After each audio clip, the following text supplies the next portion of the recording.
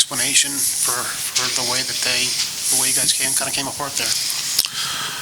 Well, I think when you looked at the first half, physically, we were playing really well up front, especially on defense. I'm not sure how many yards they had, in the first half, running the ball, and then they had those two long plays, and then in the second half, it was more of the same. Too many big plays.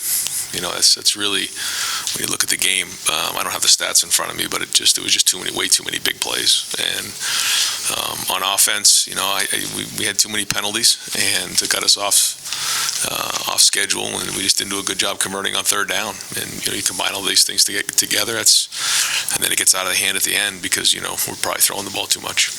Over to the left, Stephen Means, Cleveland.com. Brian, in the second half, there was a lot of penalties that put you guys back, but you made it kind of reasonable on fourth down, and CJ's visibly pleading to go for it in that situation.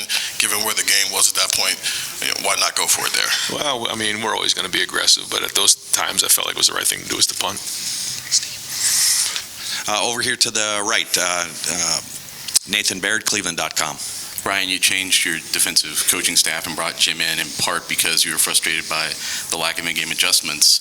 Just your reaction to what you saw today, where they were just repeatedly able to break off that many big plays. Big plays, yeah. I'm going to have to obviously look and see, where all the breakdowns were, but it wasn't just one area. There was, a missed tackle on the first play. And then we got beat on a double move on the second play. And then there was obviously some misfits in the run game on some other plays. And there was also the pass, to the tight end. So a few plays in the back end and then a couple of the runs. So, yeah, obviously the first thing we need to do in games like this is play great defense, and other than two plays in the first half, I felt like we did, but not in the second half.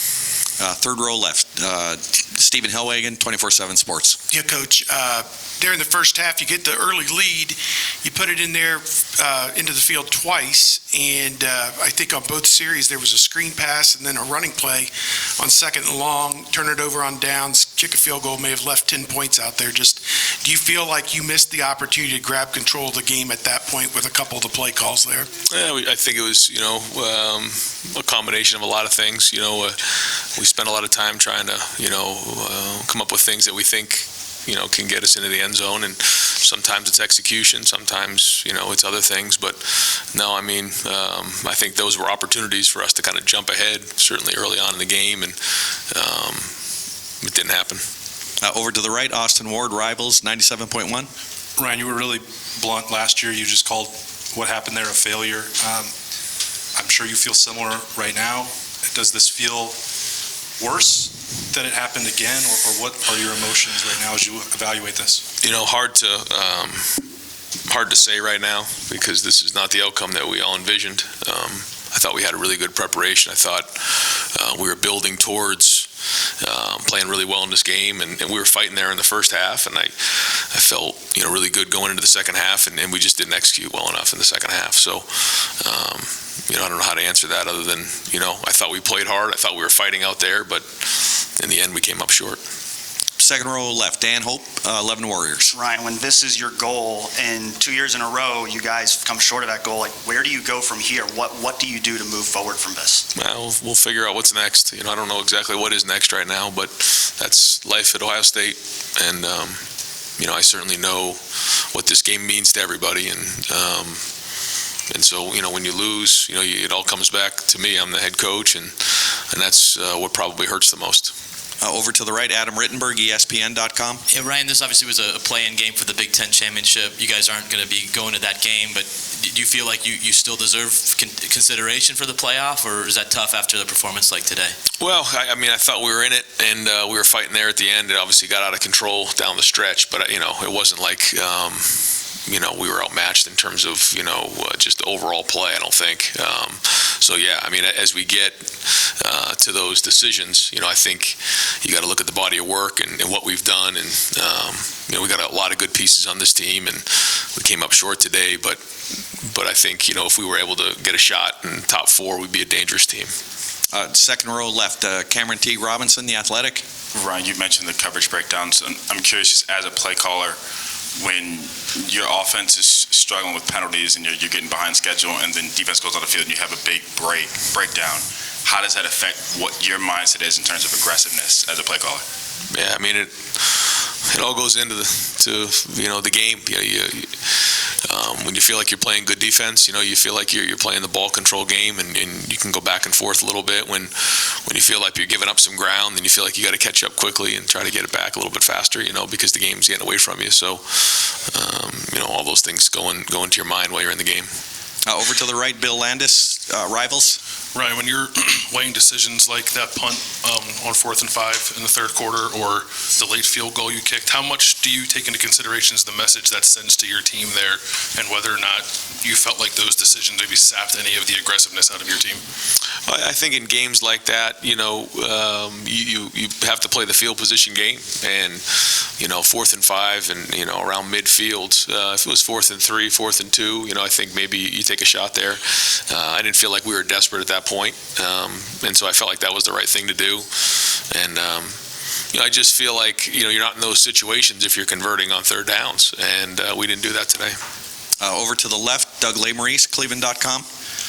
Ryan, how much do you feel like emotional and intangible things go into determining who wins this game, and how did you feel like your team handled that this week and today? Yeah, I thought we had a great week. I thought, like you said, emotionally we came into this thing swinging,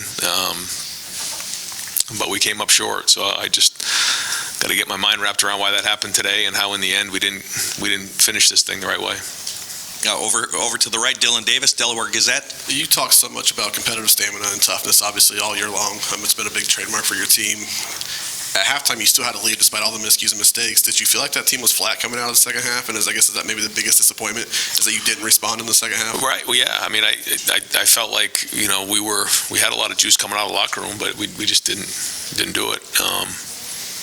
But yeah, we're winning at halftime, and felt like we were in a decent spot to go play. We got to, my message to the team was we got to win the first 6 minutes of the third quarter right here, and then go from there, and that didn't happen. Second row aisle, Laurie Schmidt, Columbus Dispatch.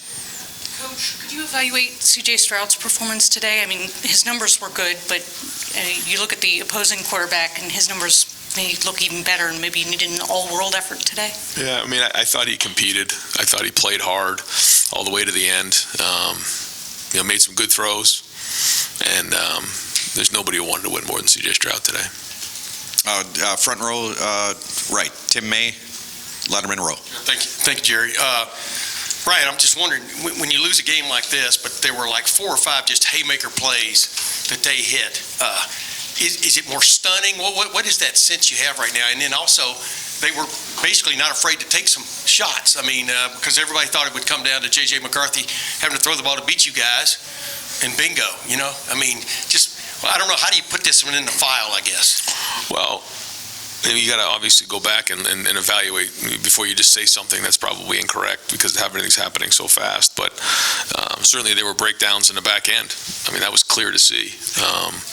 And when you do that in a big game, then you saw what happened. And the margin for error is so tiny, and all of a sudden, the floodgates kind of open up, and the game gets out of control, and it should have never happened. And also, what was the feedback you were getting from CJ from plays y'all called and stuff? Sometimes it looked pretty good out there throwing the ball down the field, sometimes not. I mean, what was the feedback you were getting, and did they throw y'all some curveballs, I guess, defensively? No, I don't think so. I mean, they're a good defense, number 1 defense in the country statistically, and they did good. Did a good job coming in with a solid game plan, but there wasn't anything out there that we hadn't seen before.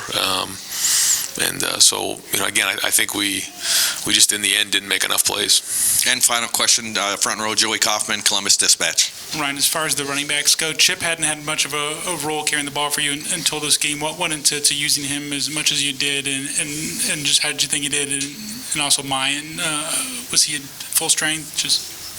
Yeah, well, not having we didn't have Trey available, and then Mayan, was coming off of his ankle, and he gave it a shot, but there were some runs in there early that he maybe wish he had back. I don't know, but But then, we felt like Chip could go in there and give us a little bit of a shot, even though he hadn't played. We had to play some depth, so Dallin got in there a couple times, and then Chip as well. So, the good news is we had some pretty good depth there, but certainly mine wasn't, 100% today. Great. Coach, thank you very much. All right, thanks, guys. Thanks,